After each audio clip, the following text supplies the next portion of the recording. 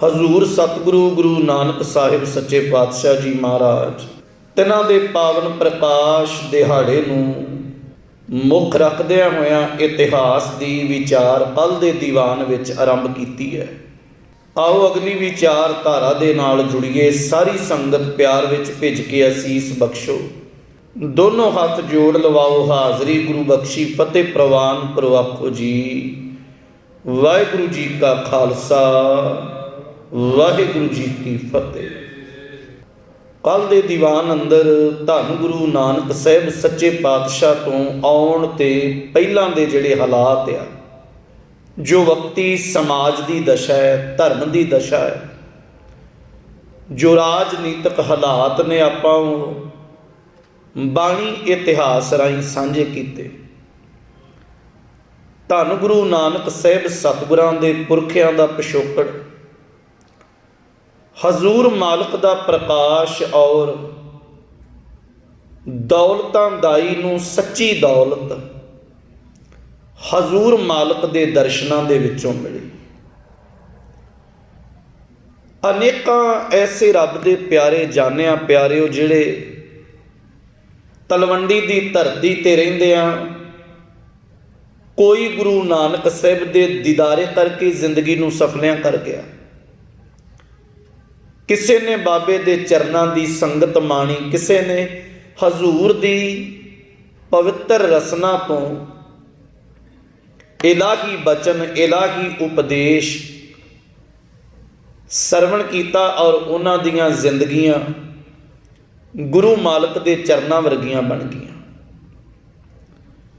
हजूर महाराज जी दा बचपन मापियां दे गोद दा निग माणदिआं बतीत होया। छोटियां छोटियां घटनावां इतिहास लिखदा है कि सतगुरु गुरु नानक साहिब महाराज जदों तुरन फिरन लगे ना, छोटी उम्र है, बचपन तो ही महाराज का सुभाव ऐसा रहा, घरों भांडे चुकने, बाहर लोड़वंद लोगों नूं दे आउणे, गल पाए हुए कपड़े जिहड़े वो लोगों तक दे आउणे। ये हजूर मालक का सुभाव है और बड़ी प्यारी एक घटना है। धन गुरु नानक साहब महाराज जी की नानके परिवार दे विचों रिश्ते चों लगदी मासी है, जिहदा इतिहास नां लिखदा मासी लखो जां माता लखो। एक बार लंबे समय बाद वो अपनी भैन जी मां तृप्ता जी नूं मिलण वास्ते तलवंडी की धरती ते आए और अपने भणेवी लई जो साडी समाज की एक रीत है, जो भेट रूप प्यार रूप तोहफे रूप दे विच असीं कपड़ा लीड़ा इत्यादि भेट करते हैं, मासी जी ने हजूर लई और बेबे नानकी जी लई दोनों भी कपड़े लियाते। और एक तरफ मैं ये गल जरूर कह दियां, जिहड़ी समाज का पक्ष है ना, उन्होंने हमेशा धर्म नाल नहीं कल्ला जोड़ के वेखिया जाता। समाज दियां रौह रीतां, समाज के त्योहार कदी भी इस चीज़ नूं हमेशा धर्म ते थोप के ना चलाओ। साडे परिवारक पक्ष ने, सारियां दे घरां च खुशियां ने, जां कोई त्यौहार आउंदा कई वारी साडा जोर लग जाता भी नहीं, ये धर्म च है ही नहीं, ये मर्यादा च है ही नहीं। बहुत गल्लां जदों तुसीं इतिहास दे विचों माणोगे तो इन्हां गल्लां दी बड़ी बारीकी रूप दे विच समझ आउंदी है।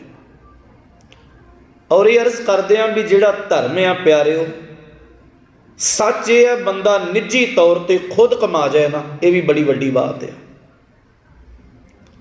मतलब असीं थोप रहे हैं, थोपना होर चीज़ हुंदी है, समझाउणा होर चीज़ है। गुरु नानक साहिब के घर विच अगाह पुत्रां की गल चलेगी। धन गुरु रामदास महाराज सतगुरां दा पोतिया बाबा प्रिथी चंद, अगाह गल चलेगी बाबे महादेव हुणां दी, बाबे धीरमल हुणां दी, बड़ियां गाह तक गल्लां चलणगियां। ਸੋ ਧਰਮ ਦਾ ਜਿਹੜਾ ਪੱਖ ਆ ਉਹ ਤੁਹਾਡੇ ਮੇਰੇ ਸਾਰਿਆਂ ਦੇ ਨਿੱਜ ਨਾਲ ਸੰਬੰਧ ਆ। ਅਸੀਂ ਨਿੱਜੀ ਤੌਰ 'ਤੇ ਧਾਰਮਿਕ ਹਾਂ ਜਾਂ ਨਹੀਂ ਮਾਇਨੇ ਇੱਥੇ ਰੱਖਦਾ। ਕਹਿ ਮਾਸੀ ਜੀ ਵਸਤਰ ਲੈ ਕੇ ਆਏ ਔਰ ਉਹਨਾਂ ਗੁਰੂ ਨਾਨਕ ਸਾਹਿਬ ਸਤਿਗੁਰੂ ਨੂੰ ਮਿਲੇ, ਉਹਨਾਂ ਚੁੱਕਿਆ। ਪਹਿਲੀ ਵਾਰ ਵੇਖਿਆ ਬੜੇ ਸਮੇਂ ਬਾਅਦ। ਅੱਜ ਵਰਗੀਆਂ ਸਹੂਲਤਾਂ ਸੁੱਖ ਸਾਧਨ ਨਹੀਂ ਸਨ। ਮਹਾਰਾਜ ਨੂੰ ਵੇਖਿਆ, ਉਹਨਾਂ ਗੱਲ ਨਾ ਲਾਇਆ, ਬੜਾ ਪਿਆਰ ਦਿੱਤਾ ਔਰ ਪਾਏ ਹੋਏ ਵਸਤਰ ਜਿਹੜੇ ਸਨ ਪੁਰਾਣੇ ਉਹ ਲਾਹ ਕੇ ਨਾ ਕਹਿਣ ਲੱਗੇ, ਵੇਖ ਨਾਨਕ ਪੁੱਤ, ਮਾਸੀ ਕਿੰਨੇ ਸੋਹਣੇ ਕੱਪੜੇ ਲੈ ਕੇ ਆਈ ਤੁਹਾਡੇ ਵਾਸਤੇ।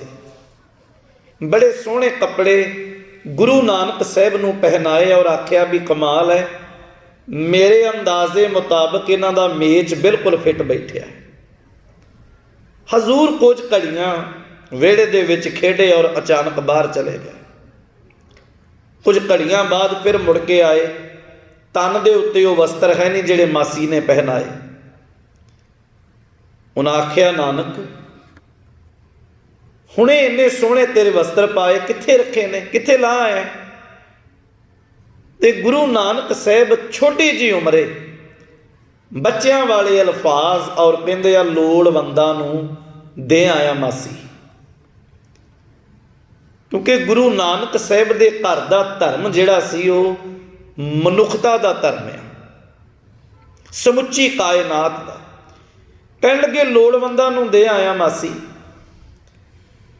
ਤੇ ਬੈਠਿਆਂ ਬੈਠਿਆਂ ਮੱਥੇ ਤੇ ਹੱਥ ਮਾਰ ਕੇ ਮਾਸੀ ਲੱਖੋ ਆਂਦੀ ਹੈ, ਸਦ ਅਫਸੋਸ ਹੈ ਤ੍ਰਿਪਤਾ, ਤੈਨੂੰ ਵੱਡੀ ਉਮਰੇ ਮਾਲਕ ਨੇ ਬਾਲ ਦਿੱਤਾ ਔਰ ਉਹ ਵੀ ਕਮਲਾ ਰਮਲਾ, ਜਿਹਨੂੰ ਇਹ ਹੀ ਨਹੀਂ ਪਤਾ ਵੀ ਕੱਪੜੇ ਪਾਉਣੇ ਆ ਕਿ ਕਿਸੇ ਨੂੰ ਦੇ ਆਉਣੇ ਆ।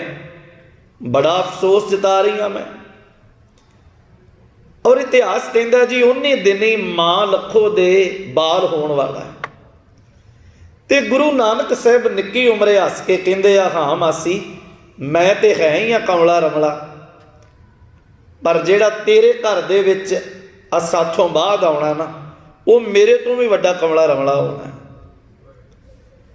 ਹਜ਼ੂਰ ਮਾਲਕ ਦੀ ਕਹਿ ਲਓ ਇੱਕ ਅਸੀਸ ਮਿਲੀ ਤੇ ਮਾਂ ਲੱਖੋ ਦੇ ਘਰ ਦੇ ਵਿੱਚ ਬਾਬਾ ਰਾਮ ਥੰਮਣ ਸਾਹਿਬ ਦਾ ਜਨਮ ਹੁੰਦਾ ਹੈ। ਗੁਰਦਾਸਪੁਰ ਦੇ ਇਲਾਕੇ ਦੇ ਵਿੱਚ ਮਹਾਨ ਅਵਧੂਤ ਸਾਧੂ ਹੋਏ ਬਾਬਾ ਰਾਮ ਥੰਮਣ ਸਾਹਿਬ, ਉਹਨਾਂ ਦੇ ਅਸਥਾਨ ਨੇ।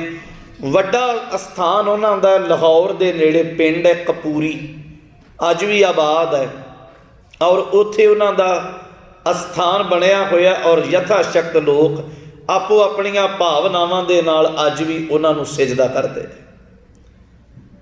ਉਸ ਤੋਂ ਬਾਅਦ ਮਹਾਰਾਜ ਸਤਿਗੁਰੂ ਦੇ ਕੋਲ ਇਸ ਘਰ ਦੇ ਵਿੱਚ ਇੱਕ ਕੰਮ ਕਰਨ ਵਾਲੀ ਨੌਕਰਾਣੀ ਕਹਿ ਲਓ, ਉਦੋਂ ਲਫ਼ਜ਼ ਸਨ ਦਾਸ ਜਾਂ ਦਾਸੀ। ਉਹਦਾ ਇਤਿਹਾਸ ਨੇ ਨਾਂ ਲਿਖਿਆ ਦਾਸੀ ਤੁਲਸਾ।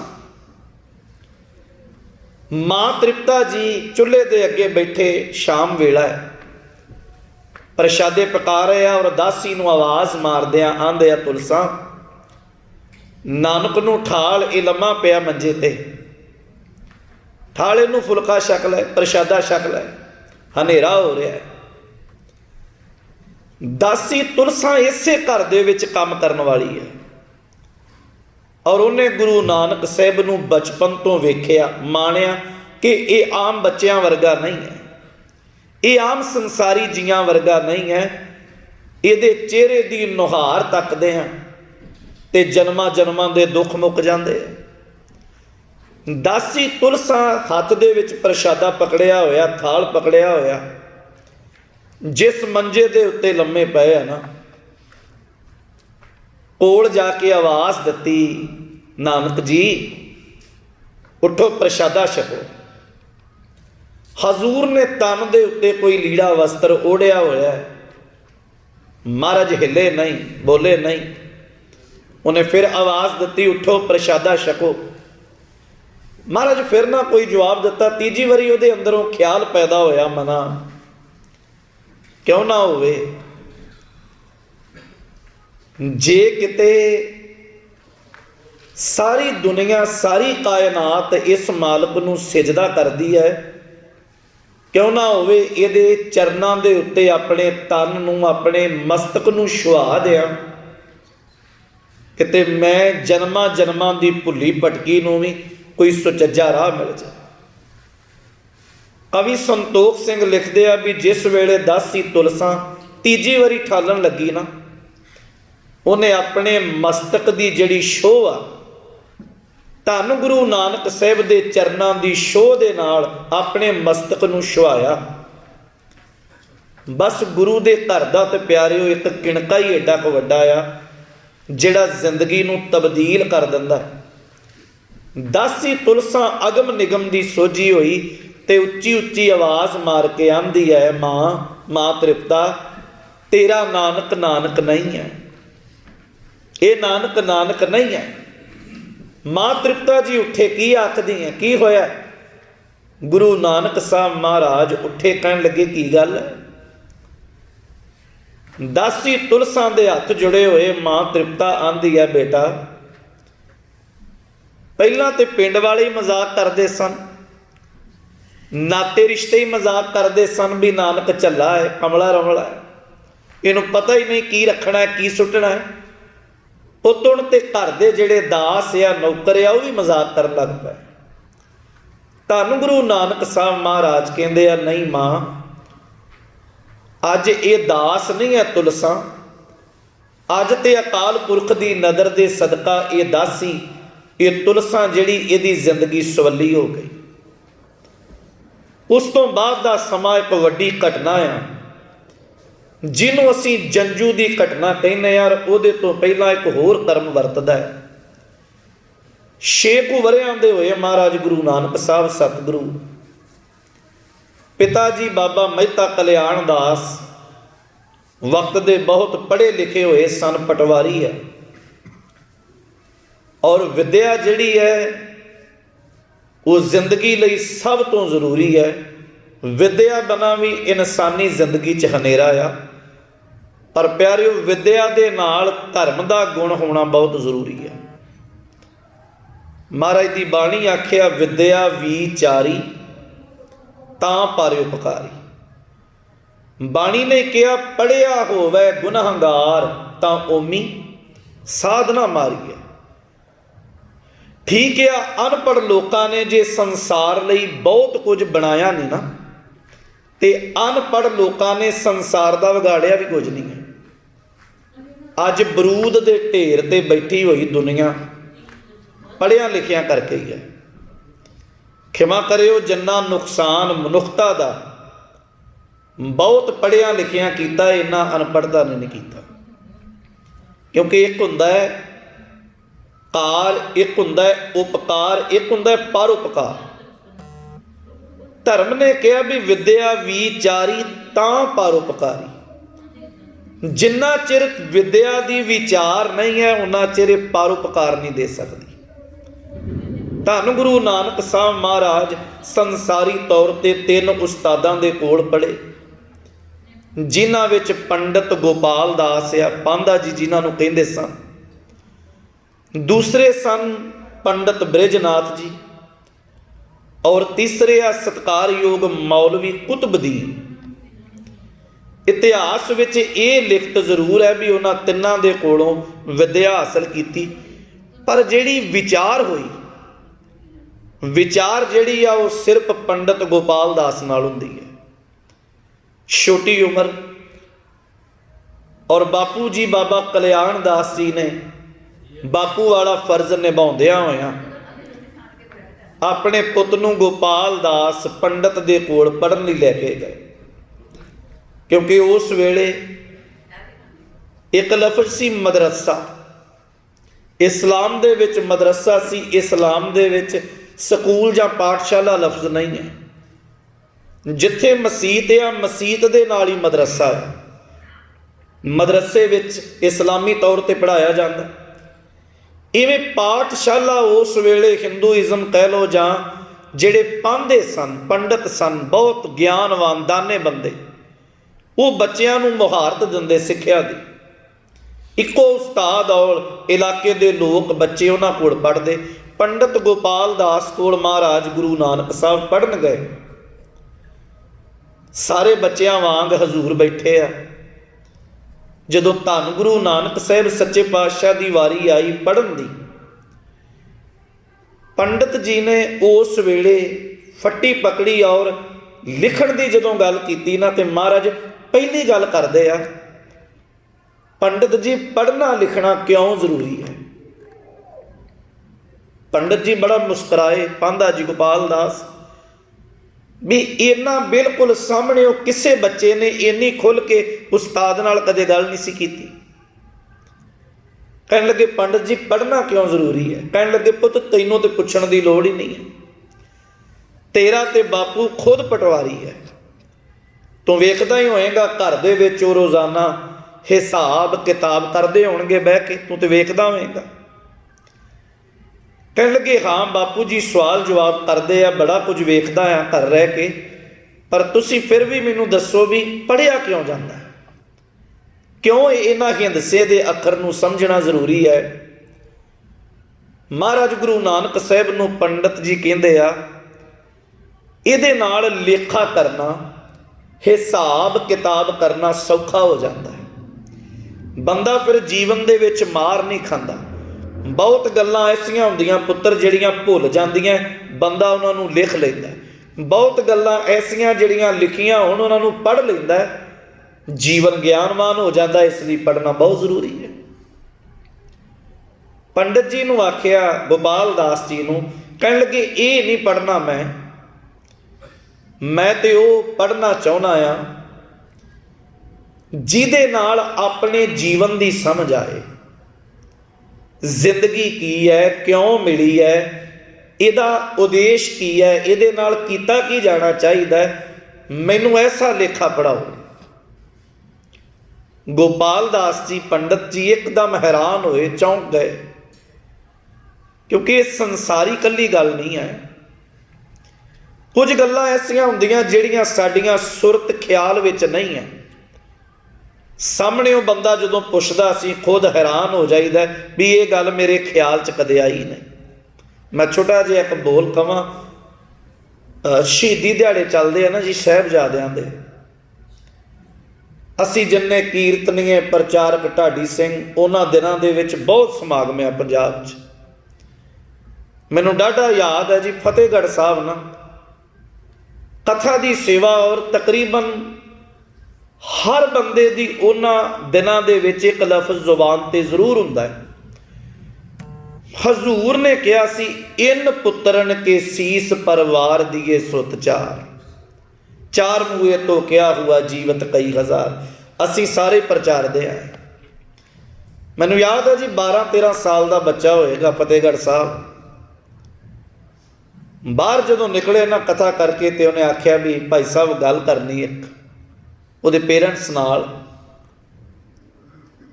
ਉਹ ਕਹਿੰਦਾ ਵੀ ਸਵੇਰ ਤੋਂ ਇਹ ਗੱਲ ਵਾਰ-ਵਾਰ ਮੈਂ ਸੁਣੀ ਹੈ, ਪਰ ਇਹ ਗੱਲ ਕੋਈ ਵੀ ਨਹੀਂ ਦੱਸ ਰਿਹਾ। ਇਹ ਤੇ ਕਹਿ ਰਹੇ ਹੋ ਵੀ ਇਨ ਪੁੱਤਰਨ ਕੇ ਸੀਸ ਪਰ ਮੇਰਾ ਸਵਾਲ ਹੈ ਵੀ ਕਿਨ ਪੁੱਤਰਨ ਕੇ ਸੀਸ ਪਰ, ਸਾਹਮਣੇ ਕੌਣ ਸੀ? ਅਕਸਰ ਗੁਰੂ ਦੀ ਨਜ਼ਰ ਜਦੋਂ ਤੋਲਦੀ ਹੈ, ਸਾਹਿਬਜ਼ਾਦਿਆਂ ਦੇ ਬਰਾਬਰ ਸਾਹਮਣੇ ਬੈਠਿਆਂ ਨੂੰ ਤੋਲ ਕੇ ਕਹਿਣਾ ਵੀ ਇਹਨਾਂ ਦੇ ਬਰਾਬਰ ਆ ਉਹ, ਤੇ ਤਾਂ ਮੈਂ ਕੁਰਬਾਨ ਕੀਤੇ। ਪਰ ਸਾਹਮਣੇ ਬੈਠਾ ਕੌਣ ਸੀ ਜਿਹਦੇ ਤੇ ਇੰਨਾ ਮਾਣ ਹੋਵੇ ਵੀ ਇਹਨਾਂ ਦੇ ਸਿਰਾਂ ਤੋਂ ਉਹ ਵਾਰ ਆਇਆ? ਸਾਡੇ ਚਿੱਤ ਖਿਆਲ 'ਚ ਨਹੀਂ ਹੈ। ਬੜੇ ਸਵਾਲ ਸੰਸਾਰ 'ਚ ਹੁੰਦੇ ਆ ਜਿਹੜੇ ਵਿਸਮਾਦੀ ਬਣ ਜਾਂਦੇ। ਪੰਡਤ ਗੋਪਾਲ ਦਾਸ ਜੀ ਬਿਰਧ ਆ, ਉਮਰ ਲੰਘੀ ਪੜ੍ਹਾਉਂਦਿਆਂ ਦੀ ਉਹਨਾਂ ਦੀ, ਦਾਨੇ ਪੁਰਸ਼ ਸਨ। ਪਰ ਅੱਜ ਜਦੋਂ ਇਹ ਸਵਾਲ ਹੋਇਆ ਨਾ ਵੀ ਪੰਡਤ ਜੀ ਇਹ ਤੇ ਪੜ੍ਹਨਾ ਨਹੀਂ ਆ, ਮੈਨੂੰ ਉਹ ਪੜ੍ਹਨਾ ਸਿਖਾਓ ਜਿਹਦੇ ਨਾਲ ਜ਼ਿੰਦਗੀ ਦਾ ਲੇਖਾ ਹੋਵੇ। ਪੰਡਤ ਜੀ ਦੇ ਹੱਥ ਵਿੱਚ ਪਕੜੀ ਹੋਈ ਦੁਆਤ ਜਾਂ ਕਲਮ ਜਿਹਦੇ ਨਾਲ ਲਿਖਦੇ ਸਨ, ਸਭ ਕੁਝ ਉਹਨਾਂ ਪਾਸੇ ਰੱਖਿਆ। ਬੜੀ ਗੂਝ ਦੇ ਨਾਲ, ਬੜੇ ਨੀਝ ਦੇ ਨਾਲ ਪੁੱਛਦੇ ਆ, ਬੇਟਾ ਇੱਦਾਂ ਦਾ ਲੇਖਾ ਕਿਹੜਾ ਹੁੰਦਾ ਹੈ? ਇੱਦਾਂ ਦੇ ਅੱਖਰ ਕਿਹੜੇ ਹੈ? ਕੀ ਜ਼ਿੰਦਗੀ ਦਾ ਲੇਖਾ ਹੈ? ਕਹਿਣ ਲੱਗੇ ਪੰਡਤ ਜੀ ਸਵੇਰ ਤੋਂ ਲੈ ਕੇ ਸ਼ਾਮ ਤੱਕ ਮਿਲੀ ਹੋਈ ਜ਼ਿੰਦਗੀ ਦੇ ਕਿੰਨੇ ਸਾਹ ਬੀਤ ਗਏ, ਸਾਰੇ ਦਿਨ ਦੇ ਵਿੱਚ ਕਿੰਨੇ ਗੁਨਾਹ ਕੀਤੇ, ਲੇਖਾ ਤੇ ਹੋਣਾ ਹੀ ਹੈ। किन्ने पाप कीते, किन्ना भला कीता है, शुभ ख्याल किन्ने ने, बुरे ख्याल किन्ने ने। असल दे विच ते पढ़ना लिखना ते बंदे नूं यही सीखना चाहिए ना। धर्म की असल च आवाज़ तो यही है ना, फरीदा जे तू अकल लतीफ काले लिख ना लेख। लतीफ कहते ने बहुत बारीक, जे तू बहुत बरीक बुद्ध का मालक है, बड़ा सियाणा है ना, काले लिख ना लेख आपनड़े गिरीवान में सिर नीवा कर दे। और पीड़ा है भी संसार दे गुनाह भुल्लां, संसार दियां गलतियां सब नूं दिसदियां। धर्म का पैंडा ये है, कोई अपने आप को वेखना शुरू कर दे भी मेरी जिंदगी की है। हम नहीं चंगे बुरा नहीं कोई, प्रणवत नानक तारै सोए। जिदन ये समझ आ गई, पंडित जी नूं महाराज ये गल जदों आखी ना कि बाबा ये लेखा लिख जान, जिथे लेखा मंगी है तिथे होए सच्चा निशान। असल दे विच ते यही है, सब कुछ लेखे दे विच है। खुद की जिंदगी नूं संवार लेना, खुद की जिंदगी नूं समझ लेना ही असल लेखा है। हिंदसे दे अखर जरूर महाराज माने, ये नहीं भी उन्हें पढ़ाई नहीं की, जो संसार की रीत आ विचार आ उन्होंने महाराज माने। पंडित गोपाल दास, पंडित बृजनाथ और मौलवी कुतुबुद्दीन दे कोलों उन्हें अरबी फारसी दे अखर सीखे और उपदेश महाराज ने तिन्हां नूं बख्शिश किया। उपरंत 8 कुछ वरियां दी उम्र आ जिस दिन हजूर दे घर दे विच एक वड्डा घटनाक्रम वापरदा है, जिस दिन जनेऊ पाउण दी रीत जां रस्म अदा हुंदी है। और ये मैं बेनती करां, गल कल्ली ब्राह्मणिज्म जां जनेऊ दी नहीं सी। महाराज नूं जोगी मिले, उपदेश महाराज जोगियां नूं भी दिता है। आपां बाणी चों पढ़दे हैं, गल्ली जोग ना होई एक दृष्ट कर समसर जानी, जाने जोगी कहिए सोई। जोगी दे बाबत मुंदा संतोख दी गल। इवें मुसलमान धर्म 5 वक्त की नमाज है, फजर दी, जोहर दी, पर हजूर ने वह भी उपदेश दिता बाणी च, 5 नवाजा वक्त, 5 पंजे 5 नाम, पहला सच हलाल दोए। जे जोगी आया जां इस्लामी बंदा आया, चाहे जैनी आए, सिर खुआए पीवे मलवाणी, उपदेश महाराज सारियां नूं बख्शिया। पर जनेऊ की घटना यह सी भी वह महाराज दे नाल खुद वापरी सी। इस्लाम का घटनाक्रम नहीं महाराज ना वापरिया, जोगियां का घटनाक्रम नहीं वापरिया। जिहड़ा वापरिया वो जंजू का है। और उस वेले जदों गल चलती है जनेऊ की, याद रहे जनेऊ जिहड़ा 3 रूप दे विच पहनाया जाता सी। 3 धागियां दा जनेऊ, जिवें आपां किरपान गातरा सज्जे तो खब्बे पाउने आ, जनेऊ खब्बे तो सज्जे पाया जाता। सिर्फ जिस दिन बच्चे ने जां परिवारक मैंबर ने उहदे घर दे विच डेथ केस या कोई पुरानी चढ़ाई कर जाए, उहदे संस्कार वेले जनेऊ सिर्फ सज्जे तो खब्बे पाया जाता है। उदां जनेऊ हमेशा खब्बे तो सज्जे रहिंदा है। ब्राह्मण ने, पंडित ने जनेऊ पाउणा खुद, उहदे लई 3 धागे, उहदे लई साल दे विच इक्को रुੱਤ आ बसंत रुੱਤ। उहदे तो अगाह पिछां कदे नहीं जनेऊ पंडित नूं पहनाया जाता। इस तरह जिहड़ा खत्तरी परिवार आ, उहदे लई नीयत कीता गई गर्मी दी रुੱਤ, धागे 2 पर धागे सण दे। अजकल दे बच्चे नहीं जानते, जिहड़े वाण दे नाल मंजियां बुणीਆਂ ਜਾਂਦੀਆਂ, सण खेतां 'ਚ पैदा हुंदी सी और उस सण दा धागा वट के 2 धागियां दा जनेऊ खत्तरी नूं पहनाया जाता गर्मियां दी रुੱਤੇ। जिहड़ा वैश आ उहनूं भेड़ दी उन्न दा वटिया होया, भेड़ दी जिहड़ी लूई है उहदे वाल लथदे आ, उहदा वट के उन्न दा जनेऊ इक्को धागे दा पहनाया जाता और वह पहनाया जाता सी पतझड़ दी रुੱਤ दे विच। गल धर्म दी आ, पर धागे वक्खो वखरे, रुत्तां वक्खो वखरियां बन गईयां।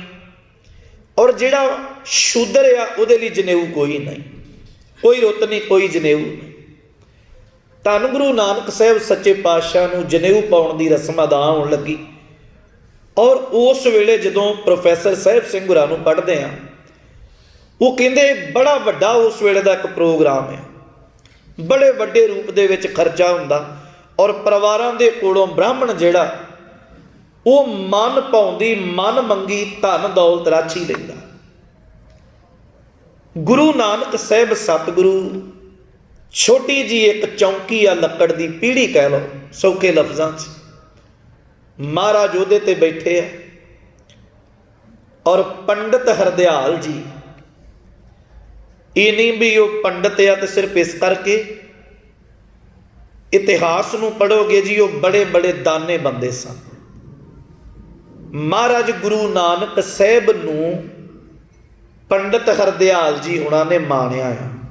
भाई गुरदास जी नूं पढ़ लो, जां दौलत खान नवाब है तो मुसलमान, पर भाई गुरदास कहंदे दौलत खान लोधी भला होआ जिंद पीर अबिनासी।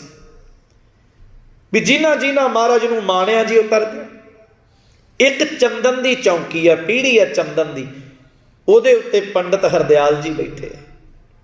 सारा परिवार भैन भरा बड़ी खुशी है भी साडे बच्चे नूं अज जनेऊ पहनाया जाना।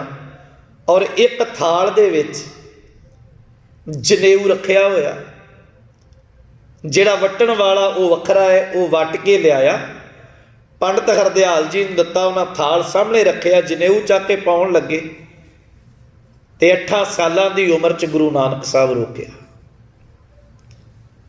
अज तक कदी नहीं सी होया, इतिहास की कोई लिखत नहीं है भी पहला किसी ने जनेऊ पाउण तो मना किया होवे जां रोकिया होवे।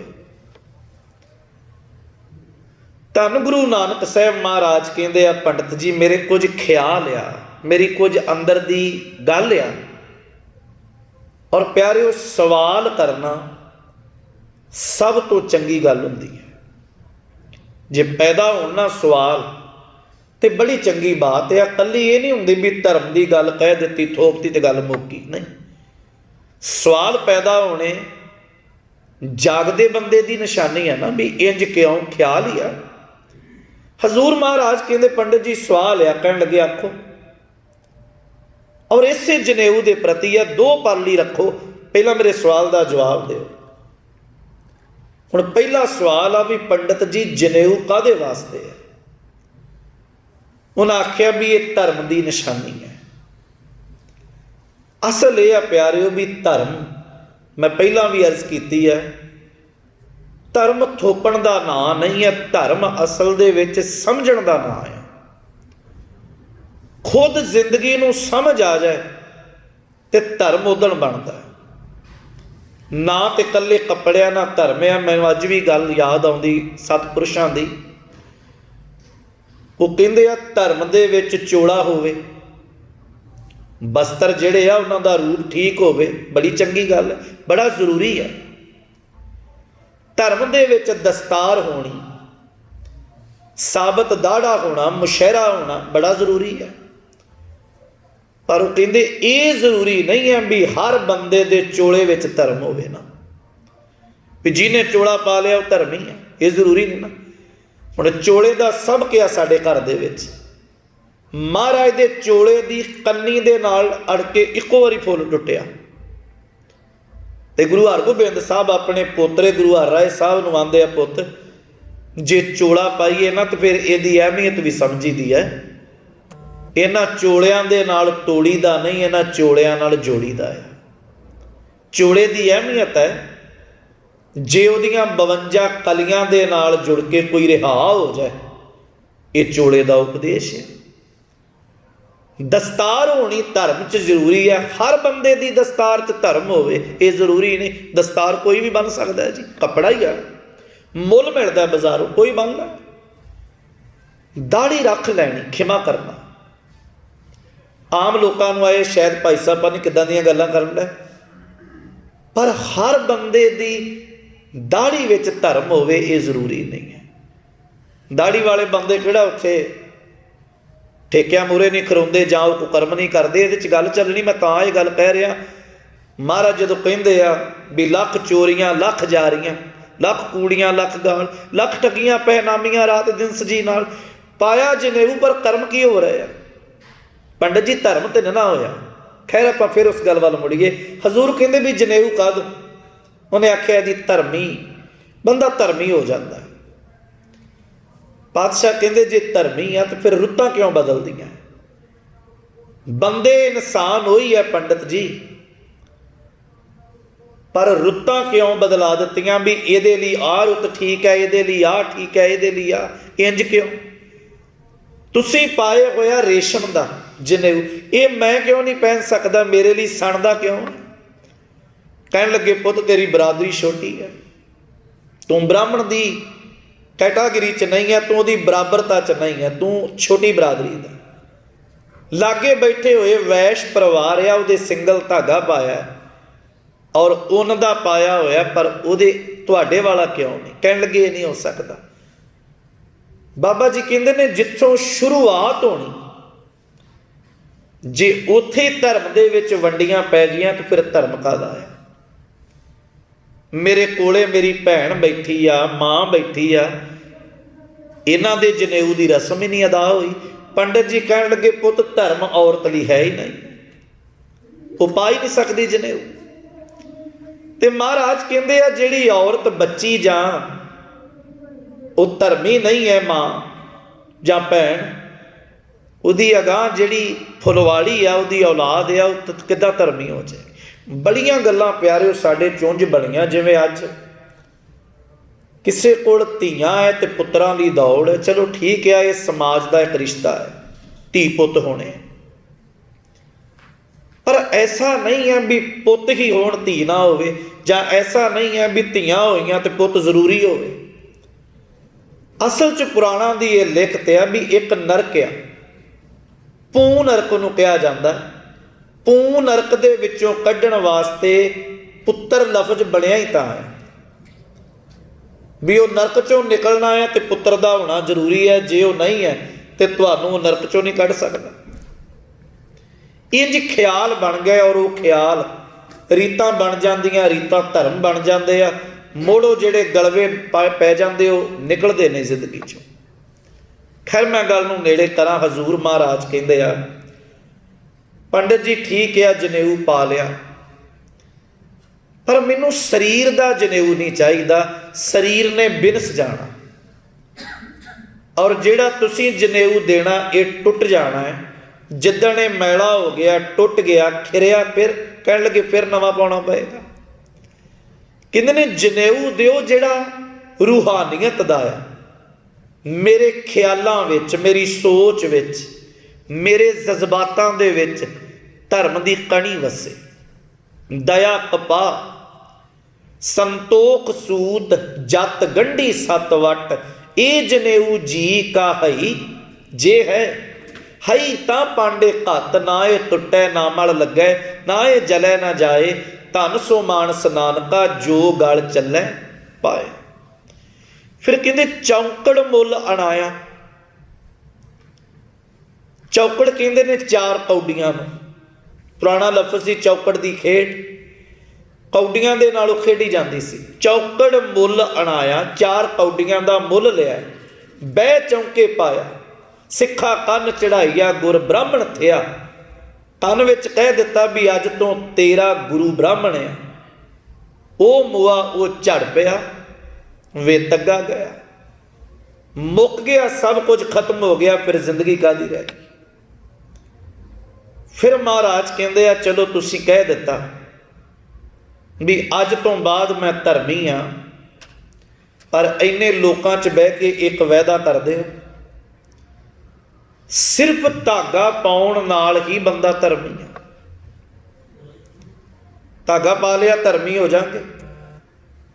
ਮਹਾਰਾਜ ਕਹਿੰਦੇ ਜੇ ਧਾਗੇ ਦਾ ਉਪਦੇਸ਼, ਧਾਗੇ ਦਾ ਜਿਹੜਾ ਮੈਸੇਜ ਆ ਪੰਡਤ ਜੀ ਸਭ ਤੋਂ ਜ਼ਰੂਰੀ ਤੇ ਉਹ ਆ, ਤਗ ਨਾ ਇੰਦਰੀ ਤਗ ਨਾ ਨਾਰੀ। ਸਾਡੇ ਸਰੀਰ ਦੇ ਪਿਆਰਿਓ 5 ਗਿਆਨ ਇੰਦਰੇ ਤੇ 5 ਹੀ ਕਰਮ ਇੰਦਰੇ ਆ।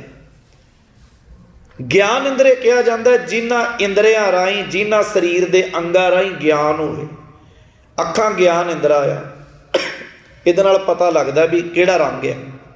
ਅੱਖਾਂ ਰਿਸ਼ਤਿਆਂ ਨੂੰ, ਸਰੀਰਾਂ ਨੂੰ, ਸ਼ਕਲਾਂ ਨੂੰ ਪਹਿਚਾਣਦੀਆਂ। ਇਵੇਂ ਇੰਦਰੇ ਆ ਹੱਥ, ਪੈਰ, ਜ਼ੁਬਾਨ, ਕੰਨ, ਚਮੜੀ, ਸਕਿਨ ਜਿਹੜੀ ਆ, ਇਹ ਗਿਆਨ ਇੰਦਰੇ, ਕਰਮ ਇੰਦਰੇ ਬਣੇ। ਹਜ਼ੂਰ ਕਹਿੰਦੇ ਤਗ ਨਾ ਇੰਦਰੀ, ਤਗ ਨਾ ਨਾਰੀ, ਭਲਕੇ ਥੁੱਕ ਪਵੈ ਨਿਤ ਦਾੜੀ। ਤਗ ਨਾ ਪੈਰੀ, ਤਗ ਨਾ ਹੱਥੀ। ਜੇ ਪੈਰ ਨਾ ਸੁੱਚੇ ਹੋਏ, ਹੱਥ ਨਾ ਸੁੱਚੇ ਹੋਏ, ਇਹਦਾ ਮਤਲਬ ਧਰਮੀ ਤੇ ਹੋਏ ਹੀ ਨਾ। ਤਗ ਨਾ ਜਿਹਵਾ, ਤਗ ਨਾ ਅੱਖੀ। ਜੇ ਜ਼ੁਬਾਨ ਸੱਚ ਨਾ ਬੋਲਣ ਲੱਗੀ, ਅੱਖਾਂ ਸਹੀ ਨਾ ਵੇਖਣ ਲੱਗੀਆਂ, ਫਿਰ ਇਹ ਪਾਇਆ ਜਨੇਊ ਕਾਹਦੇ ਵਾਸਤੇ ਹੋਇਆ। ਤਗ ਨਾ ਪੈਰੀ, ਤਗ ਨਾ ਹੱਥੀ, ਤਗ ਨਾ ਜਿਹਵਾ, ਤਗ ਨਾ ਅੱਖੀ। ਵੇ ਤੱਗਾ ਆਪੇ ਵੱਤੈ ਵਟ, ਧਾਗੇ ਅਵਰਾ ਕੱਤੈ ਲੈ ਭਾੜ ਕਰੇ ਵੀਆ। ਕੱਢ ਕਾਗਲ ਦੱਸੈ ਰਾਹ, ਸੁਣ ਵੇਖੋ ਲੋਕਾ ਇਹ ਵਿਡਾਣ। ਮਨ ਅੰਧਾ ਨਾਉ ਸੁਜਾਨ। ਹੋਵੇ ਬੰਦਾ ਅੰਨਾ ਤੇ ਲੋਕੀ ਇਹਨੂੰ ਸੁਜਾਖਾ ਕਹਿਣ। ਪੰਡਤ ਜੀ ਇਹ ਜ਼ਿੰਦਗੀ ਨਹੀਂ ਹੈ। ਅਸਲ ਇਹ ਹੈ ਧਾਗੇ ਦਾ ਉਪਦੇਸ਼ ਹੋਵੇ, ਔਰ ਉਪਦੇਸ਼ ਦੇ ਨਾਲ, ਸੁਨੇਹੇ ਨਾਲ, ਮੈਸੇਜ ਦੇ ਨਾਲ ਹੀ ਜ਼ਿੰਦਗੀ ਸਵਾਰੀ ਜਾਂਦੀ ਹੈ। ਸੱਚ ਦਾ ਗਿਆਨ ਅੱਜ ਮਹਾਰਾਜ ਬੈਠੀ ਹੋਈ ਸੰਗਤ ਨੂੰ, ਬੈਠੀ ਹੋਈ ਮਾਨਵਤਾ ਨੂੰ ਬਖਸ਼ਿਆ। ਉਪਰੰਤ ਮਹਾਰਾਜ ਮੱਝੀਆਂ ਦੇ ਛੇੜੂ ਬਣੇ, ਕਿਰਤ ਵਾਲੇ ਪਾਸੇ ਨੂੰ ਤੁਰੇ। ਇੱਥੋਂ ਅਗਲੀ ਲੜੀ ਇਤਿਹਾਸ ਦੀ ਆਪਾਂ ਕੱਲ੍ਹ ਦੇ ਦੀਵਾਨਾਂ ਦੇ ਵਿੱਚ ਫਿਰ ਆਰੰਭ ਕਰਾਂਗੇ। ਵਿਚਾਰਾਂ ਕਰਦਿਆਂ ਹੋਈਆਂ ਭੁੱਲਾਂ ਦੀ ਖਿਮਾ। ਸਾਰੀ ਸੰਗਤ ਦੀ ਹਾਜ਼ਰੀ ਪ੍ਰਵਾਨ। ਵਾਹਿਗੁਰੂ ਜੀ ਕਾ ਖਾਲਸਾ, ਵਾਹਿਗੁਰੂ ਜੀ ਕੀ ਫਤਿਹ।